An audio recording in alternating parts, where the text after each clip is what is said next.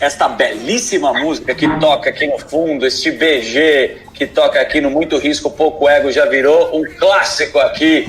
O Narará, esse funk que mistura soul. Estamos aqui novamente, eu e a lenda Tio Rico. Tudo bem, Zuki? Hoje, na verdade, a apresentação não tem que ser muito no meu nome. A lenda, na verdade, quem tá aqui não é outra lenda. E eu quero que você apresente a lenda. Eu vou apresentar. Você que está escutando e gosta tanto do mercado financeiro, esta sim é uma lenda do mercado, um visionário, Luiz César Fernandes, ele que já trabalhou no Garantia, que tem uma imensa história. Esse cara está aqui com a gente, eu nem acredito, que é emocionante. Seja bem-vindo, meu querido Luizito. Tudo bem, querido? Obrigado por estar aqui com você. Olha, Cezinha, só pra gente começar, o Luiz César Fernandes, o que você é um cara jovem, você não pegou a onda de mercado financeiro onde começou do zero no Brasil. Isso que você vê hoje de corretora, de mercado, de opções, essa coisa de tecnologia, isso é extremamente recente. Na época, década de 60, 70, 80, o negócio não existia, você tinha que criar do zero. E um dos caras que colaborou muito para isso acontecer é o Luiz César Fernandes, de longe. Sim, uma importância imensa, né, no nosso mercado, o cara que com certeza foi o desbravador, né? Luizinho, deixa eu te falar uma coisa, eu queria contar muito a sua história. Tem, obviamente, uma molecada que escuta a gente, muita gente também do mercado, a gente tem uma audiência bem legal, e aí eu queria, pra gente meio que contextualizar, como é que você começou? Você começou, antes de ser, né, ter essa lenda do mercado, você começou como office boy mesmo, ou isso daí só coloca pra ficar bonito? Não, eu realmente comecei. Meu primeiro emprego, como dizem os caboclos, carteira assinada de menor, foi no Bradesco. E com 14 anos eu estava lá já começando. Você tá com que idade, Cezinha? Eu tô com 75. Porra, então faz pouco tempo atrás isso. E aí, a gente vai meio que pulando algumas etapas, mas depois a gente vai voltar. Eu já quero contar da sua grande admiração e amizade com o Jorge Paulo Lemann, né? Na época do Garantia. Eu queria que você contasse um pouco dessa sua trajetória do Garantia com o Sicupira, com o Teles, como é que foi isso? Para você ter uma noção, naquela época, as liquidações eram feitas com título físico. Então você pegava uma LTN, uma ORTN, que era o título da época do Tesouro, e carregava na mão. Então você saía com 150 milhões de dólares de papel aportador carregando pelas ruas de Rio e São Paulo. Por que você acha que chama boletar? É um boleto, porra. Era uma aventura. Não tinha nem essa quantidade de corretoras, os homens de patinete na Faria Lima, você nem imaginava que ia para esse lado. Mas me conta a tua amizade. O Centro Financeiro de São Paulo, na época, ainda era na Rua São Bento. Agora, Santiago e 15 de novembro. No centro. Mas como você conheceu o Jorge Paulo? E daí como é que vocês montaram na época do Garantia? Eu quero saber. Eu estava numa corretora chamada Escritório Levi, que era uma corretora de São Paulo, e o Jorge me convidou para nós irmos trabalhar numa corretora que ele estava, chamava Libra. Puta, na década de 70 isso, né? Isso, 1971. Puta que pariu. E teve aquele crash da Bolsa, era uma confusão desgraçada. Para vocês terem uma noção, uma liquidação de ações, você entregava na Bolsa hoje, ia receber daqui a 6 meses as ações. Ninguém sabia quem tinha ação, quem não tinha. Você imagina o inferno que não era. Nessa época nós conseguimos então ir para a Libra, começamos a operar, e quando nós propusemos ou comprar ou vender, os outros acionistas resolveram comprar. Aí nós ficamos na Rua da Amargura. Aí compramos uma distribuidora chamada Vesper e começamos a planejar. E em seguida o cliente nosso, chamado Adolfo Gentil, veio e falou: não, vocês não podem ter distribuidora, você tem que ter uma corretora. 2 dias foi lá, comprou uma corretora, voltou lá e falou: tá aqui uma corretora para vocês. Sempre vocês não tem dinheiro para comprar. Não tem problema, eu financio vocês. E assim foi, o Adolfo veio financiando a gente e nós começamos com Garantia, que era um nome que também não era conveniente na época, que tudo era segurança, garantia, tinha quebrado confiança. Não tinha garantia nenhuma. Em janeiro a gente muda esse nome logo de uma vez e vai arrumar um nome melhor. E até o final ficou como Garantia, não mudamos nunca o nome. Agora, Cezinha, isso é uma prova de que, na verdade, o nome faz no dia a dia, né? De tudo. De tudo. Você pode ter o pior nome do mundo. Se você tiver o melhor serviço, seja em qualquer setor, qualquer área, teu nome vira referência. Exato. Pactual foi uma coisa muito semelhante, porque nós tínhamos estudado vários meses o nome e chegamos à conclusão que seria Mutual o nome ideal. Naquele tempo virava o ano, inflação alta, você triplicava o capital necessário. Então nós precisávamos naquele ano terminar a conclusão do Banco Central. Dia 30 de dezembro me liga o cara do Banco Central e fala, não posso publicar porque Mutual já tem. Me dá um outro nome que eu apago aqui e boto o nome. Falei, mas nós estudamos 3 meses o nome, agora vamos ter que... Tinha que mudar, né? O P do Paulo Guedes, o A do André Jacuzzi e o C do César, e aproveitamos o Mutual do Mutual. Em janeiro a gente muda esse nome muito feio, dói no ouvido esse nome. Em janeiro a gente muda. Bom, tá até hoje aí. Porra, dói no ouvido há 40 anos.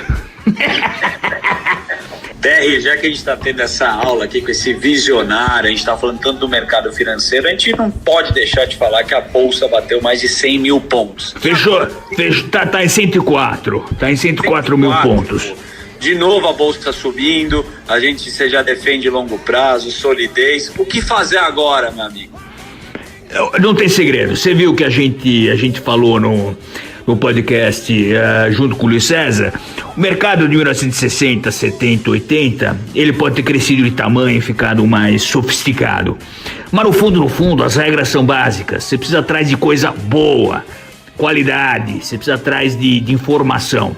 Hoje em dia, informação é a coisa que mais tem, mas saber processar e aonde alocar é onde está a galinha dos ovos de ouro.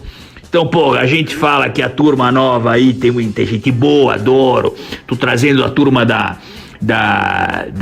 que tá se formando agora para trabalhar comigo e tem que saber onde a gente tá pisando. Então, porra, agora com um monte de fundos novos que a gente tem visto no mercado, você tem que ter filtro para conseguir saber o que é bom, o que não é. Então, porra, a gente falou lá, né, do Safra Invest, pô, os caras estão vendo fundos bons de mercado, tem que ter gente boa, não adianta ser qualquer coisa. Então, o mercado hoje, em 2020 e em 1960, o que você precisa? De coisa boa, de ativo bom. Então, no fundo, você tem uma pequena variação do que você precisa fazer hoje, é atrás de coisas boas. E isso só se faz através de experiência, não adianta achar que gente de 15 anos, 20 anos de idade vai conseguir fazer coisas que gente com mais experiência aguenta. E você, eu posso até afirmar que você já até me falou um pouco, eu tô vendo agora fundo imobiliário, né? Tem muita coisa legal que dá para mostrar lá, produtos que a gente consegue confiar. Então, gosto de você, que você sempre me dá uma dica que eu fico mais esperto, a gente consegue tocar o nosso barco com solidez. Mas agora, vamos lá. Agora, Cezinha, deixa eu te falar, o Guedes, bom, você é um cara que conhece o Guedes melhor do que ninguém, e o bicho hoje tá aí levando porrada à torta direita, né? Conta um pouquinho do Guedes na época, quando a gente trabalhava lado a lado. O Guedes, eu tinha um grande amigo meu, o Roberto Castelo Branco, que hoje é presidente da Petrobras, me apresentou um garoto que estava vindo de Chicago e falou, olha, tem esse cara aqui e tal, você organiza palestra, não quer botar ele numa palestra? Aí eu botei ele fazer uma palestra na Ambid, na época, que era a Associação de Bancos de Investimento, e na plateia estava o André Jacuzzi. Eu e ele na bancada e o André Jacuzzi, os dois saíram numa briga enorme. Mas teve tapa, não? Saiu nos tapas? Não foi no dia de... Não, no beijo mesmo. O Paulo queria acabar com o carta patente na época. E o André falou, isso é um patrimônio do banco. Ele trabalhava no Unibanco. Se tirar a carta patente, o patrimônio do banco vai embora. Os dois saíram para uma briga feroz. Depois, uns 2 ou 3 anos depois, saímos juntos e formamos o Pactual. São nomes, né, TR, que formaram toda a nossa economia. Eu tô vendo aqui, o TR me falou, Luizinho, e eu queria que você explicasse um pouco esse seu conceito, né? Você é um cara muito respeitado, visionário no mercado, mas fala mais ou menos assim, você tem, das 9 ideias que você tem, falam que você é maluco, só que uma é genial e porra de ganhar dinheiro. O Terry me contou isso, né, de você. Me fala uma ideia genial que você teve, assim, que você tem muito carinho, que você falou, essa eu fui bem, no começo da sua carreira. Eu, antes de você, do Luiz César, pensar e responder, queria fazer dois adendos. Essa distribuição de tapa que teve deve ter sido uma coisa bem fraca, porque o Jakurski é um lorde, né? O Jakurski parece que nasceu em Londres na década de 20, o cara é um lorde.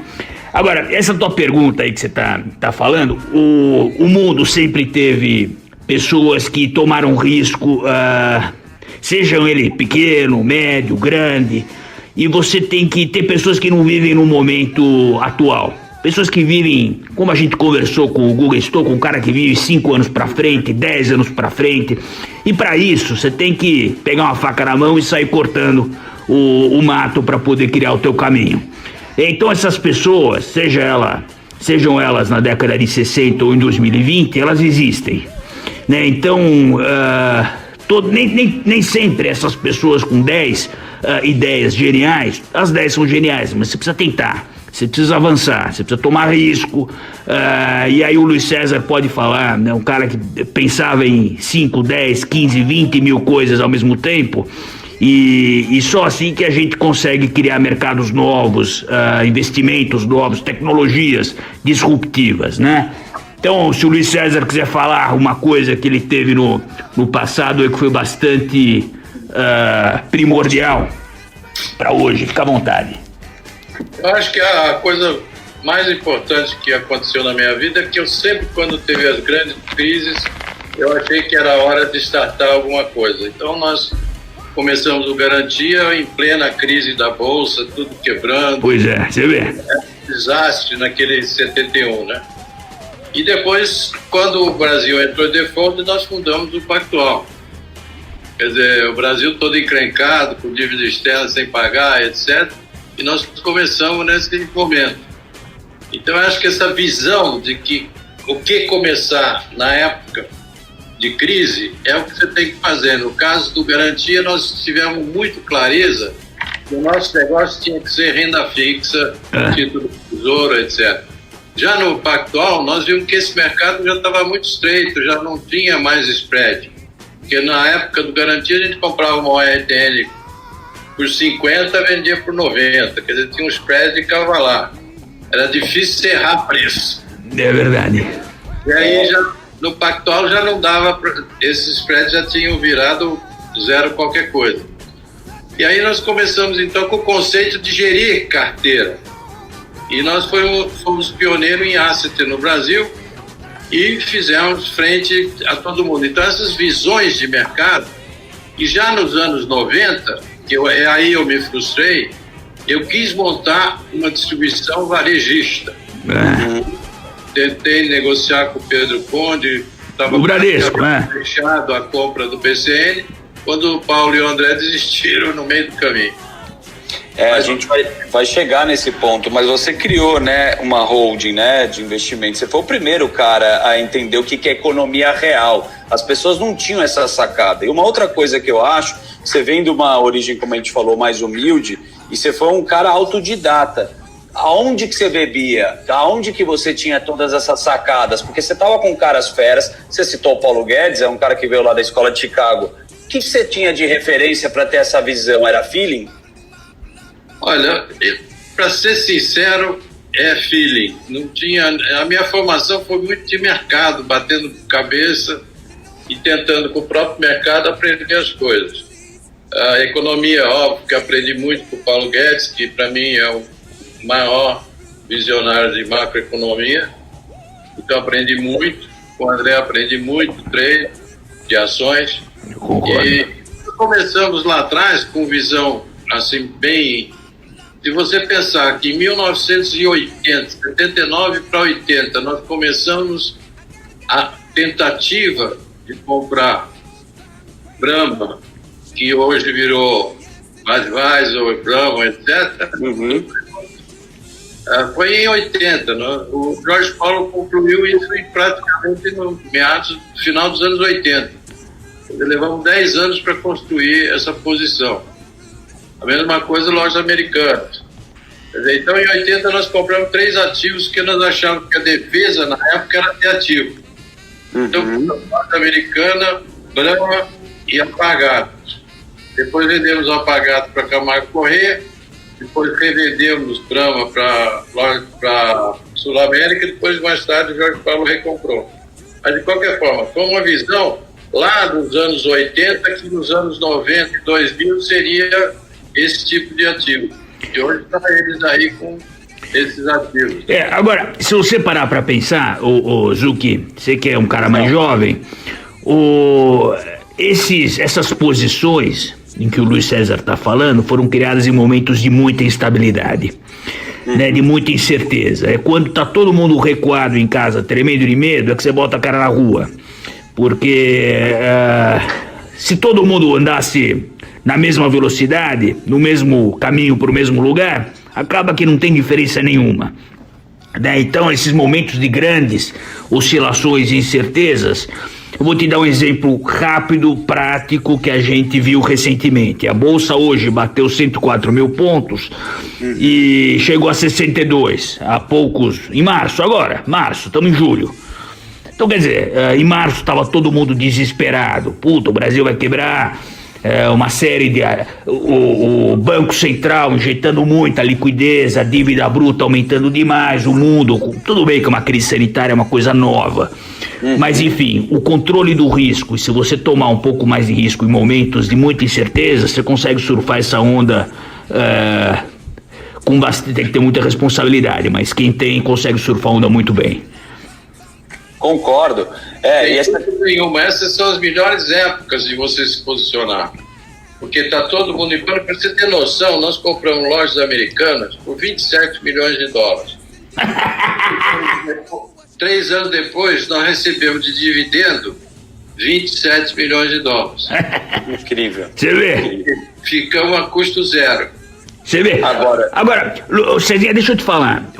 Era uma turma de banco que estava com 200, 300 funcionários para um negócio de varejo, que é um bicho totalmente diferente, né?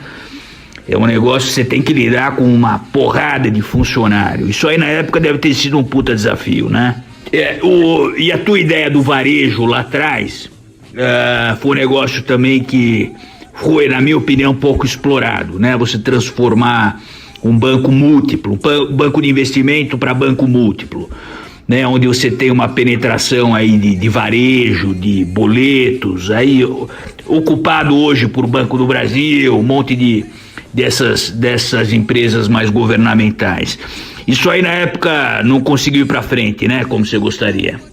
Não, quer dizer, o plano do Banco Múltiplo fui eu que desenhei e levei para o Banco Central para acabar com a carta patente. Eu já tinha comprado 4 cartas patentes. 4? Comprei por garantia Banco de Investimento, garantia Banco Comercial, Pactual, Banco de Investimento, Pactual, Banco Comercial. Então eu já tinha comprado 4. Então não era que eu estava defendendo a minha pele. Já tinha pago o que tinha que pagar. Mas aí eu consegui, teve uma transição no Banco Central de 3 meses de presidência do Banco Central, na transição de Figueiredo para Sarney, depois virou. Nós conseguimos que ele assinasse esse processo do Banco Múltiplo. Ele virou e falou: o que eu faço para marcar meus 3 meses de presidência do Banco Central? Eu falei: assina isso daqui. Eu tô vendo, escutando vocês aqui, nem o Netflix consegue um documentário tão legal da história aqui, tá cinematográfico, é muito legal a narrativa de vocês. porque realmente aqui a história que vocês têm de vida é bem com a pele em risco, assim, dá para ver tudo que vocês viveram, né? Eu queria falar uma coisa aqui, meu querido Cezinha, que a gente fala muito da tolerância ao fracasso. O tio Rico fala muito, né, que tem igual avestruz, tem que aguentar o ovo, né, TR? Exato. E você tomou muita porrada na vida, né? Todo mundo tomou muita porrada, você se reergueu várias vezes. E eu queria que você colocasse pra gente, né, porque é dessa galera do mercado que toma essas porradas e não tem estômago, ou não tem estrutura, ou não tem repertório, como foram as maiores porradas que você teve e como que você fez e usou a sua estratégia para se reerguer? Olha, a maior porrada que foi me meter em suco de laranja para exportação, que eu achava que era o mercado que o Brasil ia dominar, só que eu não contei que tinha que brigar com cartel, né? E cartel é cartel, é impressionante a força do cartel. E eu perdi, naquela época, 200 milhões de dólares. Meu Deus.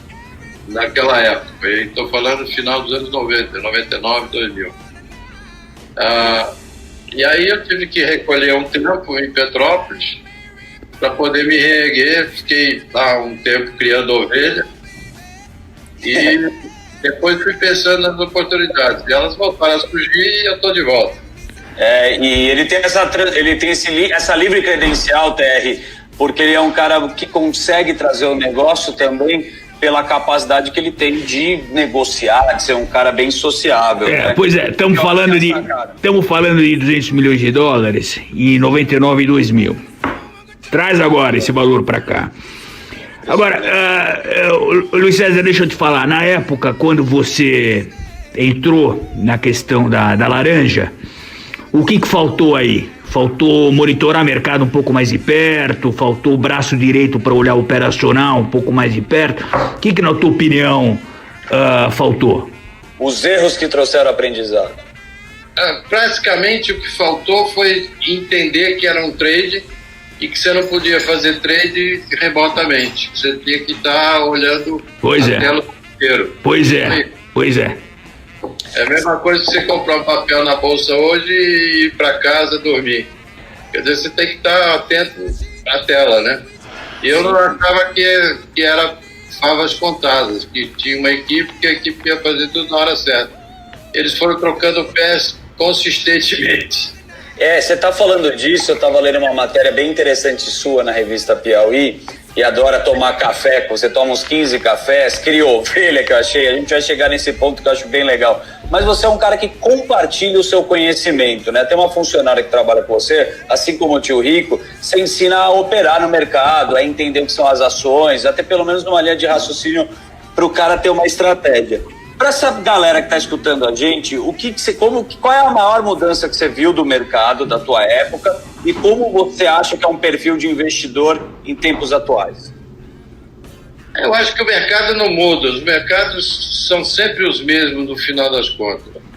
O que você tem que ter é informação consistente e visão do que para onde vai. A visão é que é o mais difícil de você.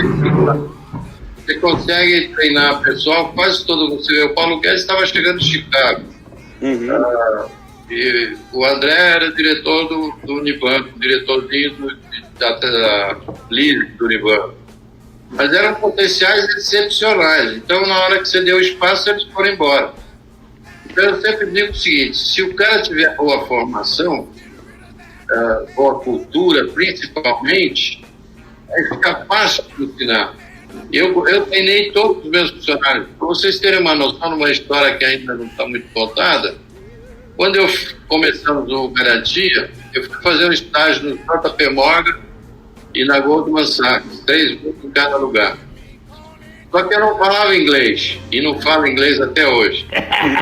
Quem foi com você? Conta aí. Aí precisava do intérprete, tradução simultânea, né? Quem era o meu tradutor que eu escolhi, que estava terminando a faculdade?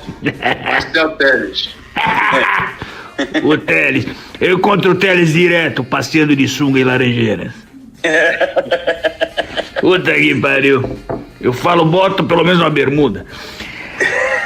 Mas na época do Garantia, né? Esse foi quem informou, né? Mas Zucchi, isso que ele falou, isso que você falou, Cezinha, é extremamente importante.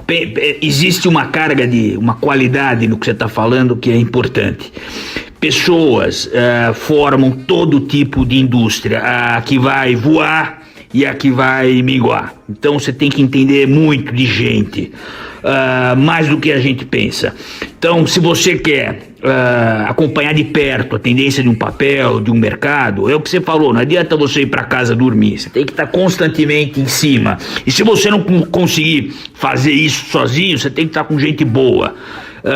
E o que mais tem por aí é gente ou muito egocêntrica, ou o cara que tá a fim de ganhar em cima de forma fácil, entendeu? Você tem que atrair gente com a mesma vibe, o mesmo chip e ir pra cima. Então, o cara que fica postando o dia inteiro no Instagram que, eu sou isso, eu sou aquilo, não sei o que, puta, esse cara, aposto que você botar o cara realmente pra ralar, o cara sai correndo.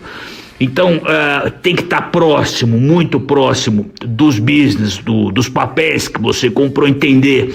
E se você não entender, tem gente que entende, ir para trás, ir para cima e entender de fato o que você está botando o teu burro, em qual sombra que você está botando ele. Para vocês terem uma noção, quando nós começamos o Pactual, a nossa proposta para os clientes era render mais do que dava o índice da Bolsa. Todo mundo dizia, é impossível vocês baterem o índice da Bolsa. Nós nenhum ano deixamos de dar mais, o pior ano foi 120% acima do índice. Incrível, né? Pois é, Incrível. Se você falasse isso no passado, o pessoal falava, você é louco de fazer isso, imagina. Isso não existe, não tem espaço para isso. E tem. Exato. Exatamente, quer dizer, a gente tinha uma visão macro muito boa, tinha um trader fantástico, que era o André, que sabia olhar a tela, e com a visão dos três a gente conseguiu construir tudo isso. E você vê o que a gente... Hoje tem mais de 50 instituições que foram formadas e selecionadas por mim no Pactual. Pois é. E tem muita instituição hoje, né? É bom que tem uma concorrência do mercado, mas também tem muito aventureiro, né? E a gente aqui defende muito de ter solidez, de ter um lugar que tem mais tradição, como a gente fala muito do Safra aqui e outros lugares. Por que você acha que como que você acha que é o perfil para um cara investir? Aonde que o cara vai se sentir seguro hoje, na sua opinião? As oportunidades estão por aí, quer dizer, eu acho que quem não tem muito tempo, ficar no day trading, tem hoje instrumentos muito bons para day trade, que é índice de bolsa e dólar. O dólar é bastante livre, então dá para você fazer as duas apostas. Quando você vai escolher um papel no mercado, aí você tem que ter uma visão um pouco mais, não só mais macro Brasil, mas mundo, porque a relatividade dos papéis hoje são globais. Não dá para você mais pensar que o Brasil é uma ilha. Então é isso que todo mundo olha muito papel no Brasil e esquece de olhar o mundo para onde ele está indo. Exatamente. Legal. Não, você foi no X da questão. Luque, a gente estava falando outro dia sobre investimento global, e obviamente o que o Cezinha falou tem total sentido, ou seja, o país que está isolado hoje ou é comunista, ou é uma Coreia do Norte da vida, que mesmo assim depende da China, ou é uma outra coisa que não existe. Então você está totalmente no meio, num furacão de informação, e cada um depende do outro. Agora o mundo, infelizmente o Brasil está muito atrás do que a gente vê nos Estados Unidos e Europa, né? Não tem jeito. Quando você opera papel lá fora, você está fisicamente longe das informações, eu digo, do day by day do business, entendeu? E isso é extremamente importante na hora de você ou entrar contra o Brasil, ou você montar uma posição em dólar, ou uma coisa um pouco mais fora. O maior desafio é esse, é você ter informação de qualidade, diferenciada, para entender se de fato o que você está colocando teu dinheiro na Europa, nos Estados Unidos ou na Ásia, você consegue estar perto, para evitar isso que o Cezinha falou, entendeu? De você ficar distante e achar que está indo bem, quando você vai ver é trolha atrás de trolha. Sensacional. Ô Cezinha, você sabe que a gente fala muito aqui, o nosso nome do podcast, que é uma frase do próprio Tio Rico, que é muito risco e pouco ego. A gente já viu que você é um cara de muito risco, né? Graças ao seu trabalho, um cara que incansável, o seu suor, já falou várias vezes, você não era um cara que trabalhar 2 horas, você trabalhava, levava pijama, tinha um pijama que você ia trabalhar. Tem história desse cara, meu, é sensacional. Então, assim, você conseguiu ter um patrimônio, assim, helicóptero, fortuna de 300 milhões de dólares. E hoje você criou ovelhas. A gente quer ir muito para a parte humana, né? Para a parte mais... A gente fala do estoicismo aqui. O que você traz daqui do pouco ego? Aonde que o dinheiro não te supriu e aonde que você foi olhar para dentro na tua vida de tantos altos e baixos aí que você teve? Olha, eu acho que o que te ajuda muito é a família, né? Se você tem uma família consolidada, você suporta essas transições muito bem. Então, quando você consegue que o apoio e a cobertura, de certa forma, da família, ajuda muito. Eu bebi muito dessa água, de conseguir o apoio da família em todos os momentos difíceis e conseguir sair lá na frente. Passei esse tempo criando ovelha, foi uma distração boa, mas com o apoio total da família. A razão que eu voltei para o Rio, porque meus filhos já estão grandes, meus netos já estão grandes, então ninguém mais ia me visitar em Petrópolis. Você ficava você e as ovelhas, né? Exatamente. Então eu resolvi voltar para o Rio de Janeiro e agora todo fim de semana a gente almoça. Mesmo com a pandemia, a gente almoça. Então, reúne toda a família. Eu acho que isso que é fundamental, é você ter uma casa com apoio do grupo familiar, quer dizer, filhos, netos, mulher, etc. Para mim foi fundamental isso. É legal. Eu vou tocar um pouco na sua intimidade em família, que eu acho que realmente é o que estrutura. Não tem como a gente não negar isso. A gente tem esse lado muito familiar estabelecido aqui nesse podcast. Essas referências, os valores são passados. Várias vezes o TR citou o pai dele. Enfim, a gente tem histórias incríveis. Você teve uma relação mais difícil com o seu pai, né, cara? Você já contou isso, e com um sogro seu. Mas eu acho que essas dificuldades que você tem de relação é que também fortalece. Me conta uma referência assim do seu pai, alguma história que te trouxe assim um aprendizado para hoje. A briga com meu pai é muito interessante. Eu achava que eu queria ser padre. Padre? Calma aí, isso você nunca falou, Aí fui pro seminário. Deve ser no ele trabalhando, como é que ele é padre? Aí tava lá no seminário, todo cheio de carola, direitinho e tal. Mas só que eu era meio levado, rebelde. E aí, depois de alguns anos, os padres me expulsaram do seminário por indisciplina. Não precisa nem falar o que você fez, fica tranquilo. A gente deixa na imaginação.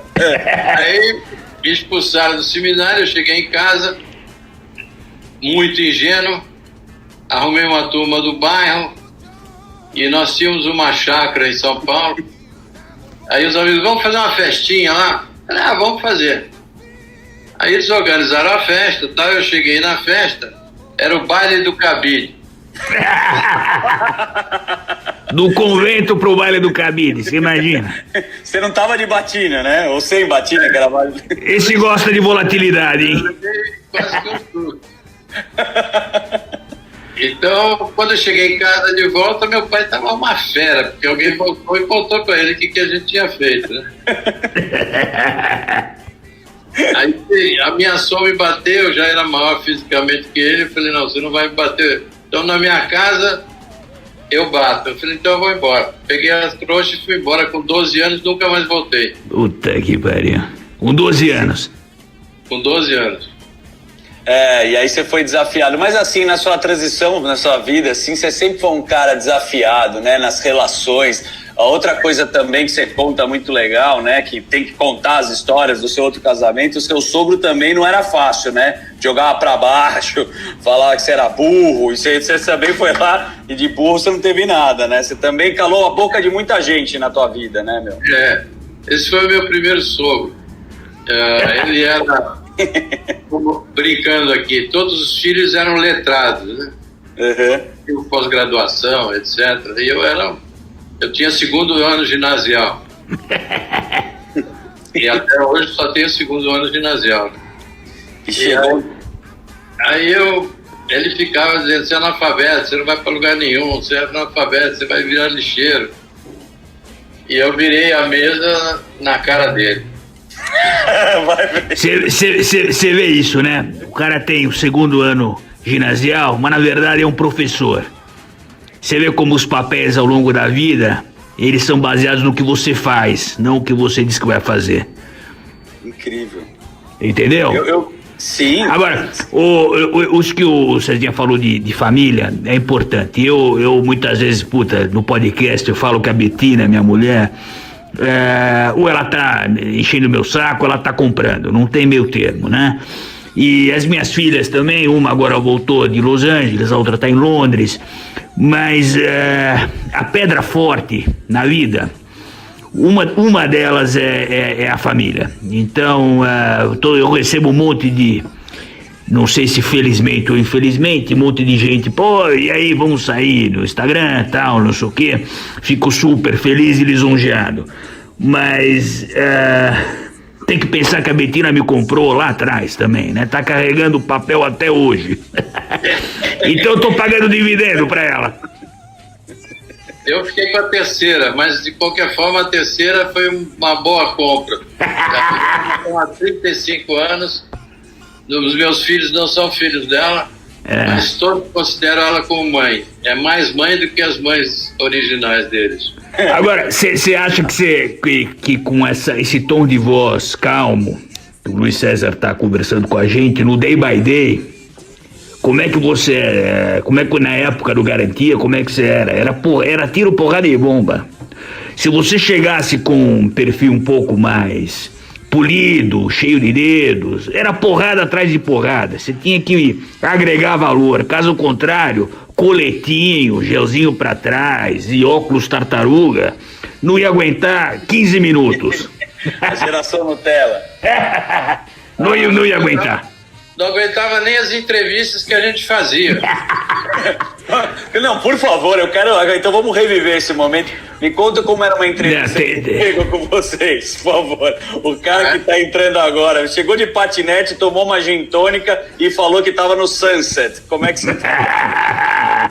Vou te contar duas histórias aí. Eu tava entrevistando o pessoal em Nova York. E aí já tinha entrevistado uns 15 caras. Aí faltavam dois, um casal. E aí os dois tentaram, onde vocês estudaram? Nós estudamos em Tucson.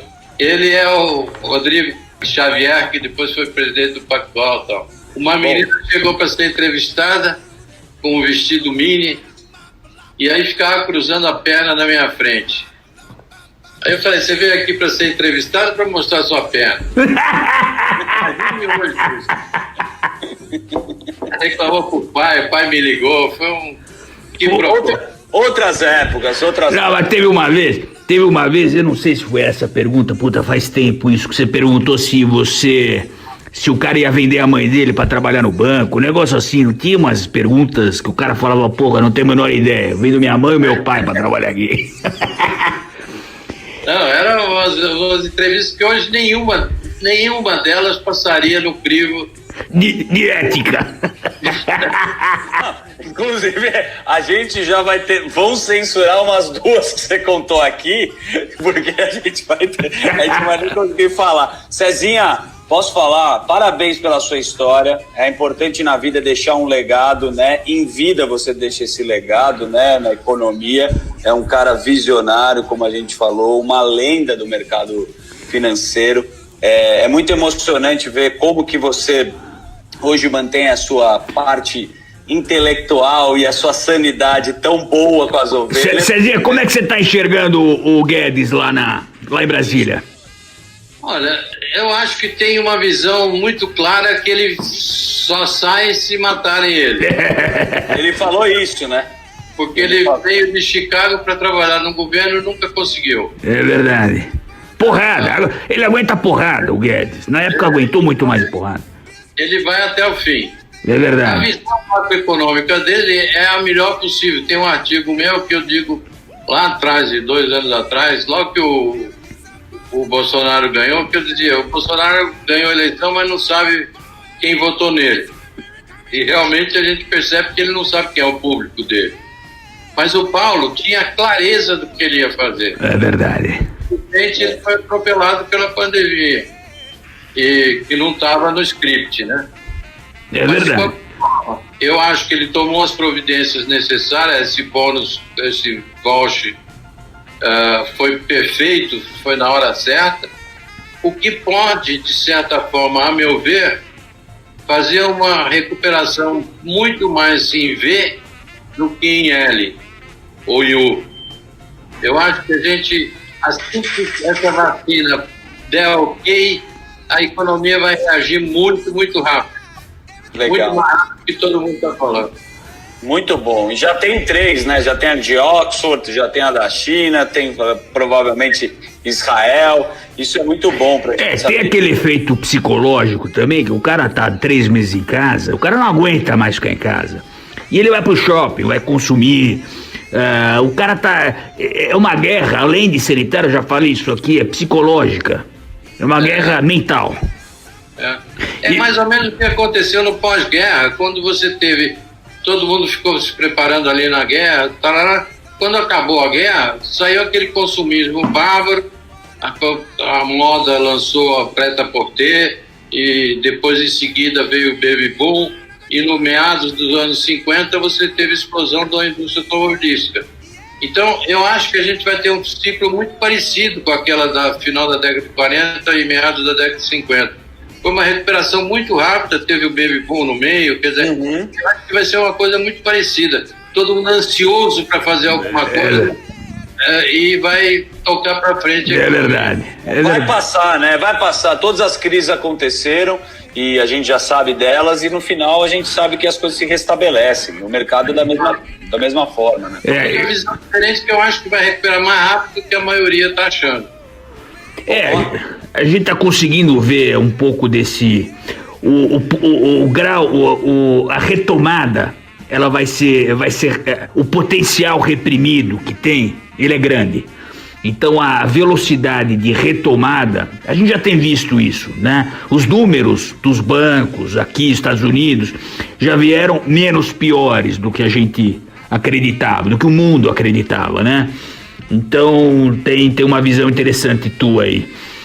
TR, só deixa eu puxar uma coisa do Paulo Guedes que vocês falaram, e eu acho que você tem muito gabarito para falar, Cezinha. O que você está... Agora da importância da reforma, né, do sistema tributário, que o Guedes está tentando passar, fazendo esse trabalho com tanta competência. O que você acha? Eu acho que ele vai conseguir fazer em etapas. Ele não vai conseguir fazer a reforma que originalmente ele pensava, que é mais Brasil e menos Brasília. Ele não vai conseguir mexer nos estados, principalmente pelo desgaste político que houve entre o governo federal, praticamente o presidente e os governadores. Então vai ser muito difícil que ele consiga chegar nesse ponto. Mas eu acho que ele passando a primeira, eu acho que fica mais fácil. É uma pena que ele perdeu o embalo da reforma da Previdência, e perdeu um pouco o embalo. Mas eu acho que se ele passar esse primeiro lote, que não é a ideal, mas é a possível, eu acho que aí ele consegue avançar muito rapidamente. Então, minha visão é que ele vai conseguir, na segunda fase, implementar reformas muito mais graves.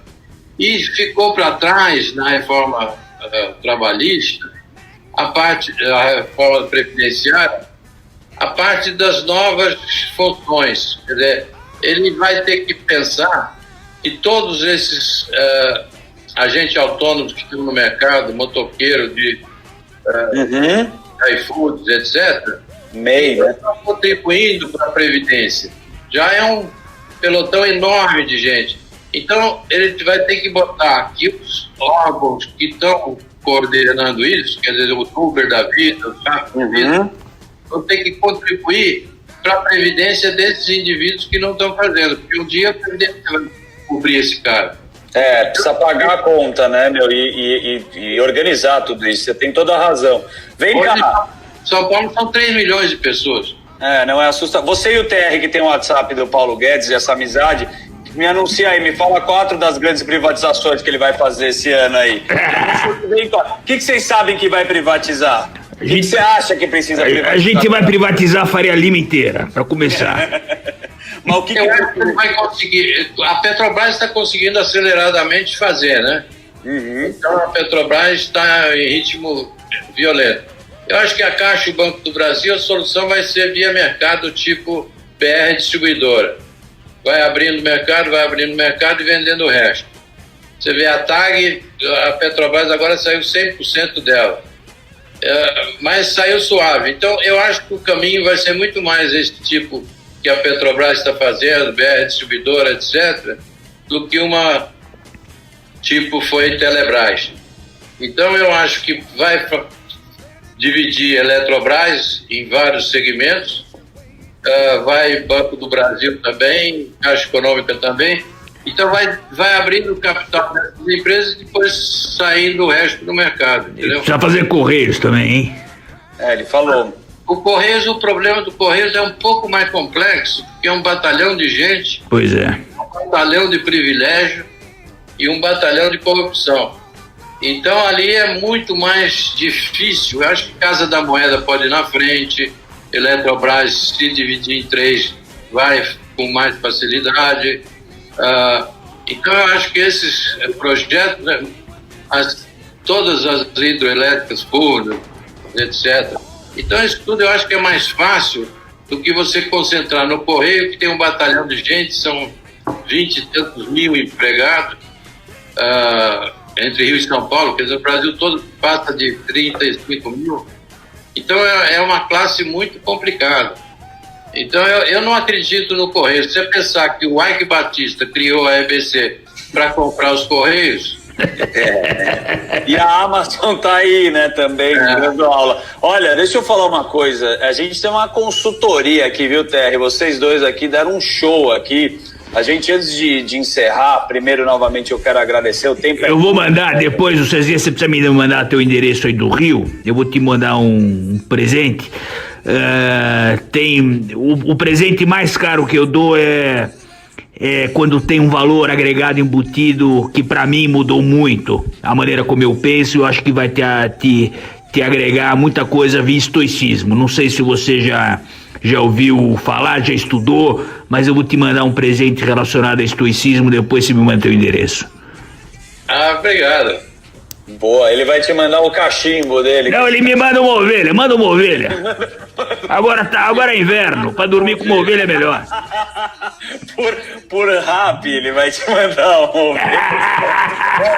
Que prazer estar com vocês. Eu vou deixar um tempo para você, Cezinha, para você pensar ou numa frase, ou num pensamento que vem na tua cabeça que te transformou, para você passar para quem está escutando a gente, porque é o tempo eu te dou agora, você vai absorvendo aí, e você vai falar pra gente o que você quiser, para você é livre. Mas antes disso, enquanto você pensa, TR, muito gostoso, cara.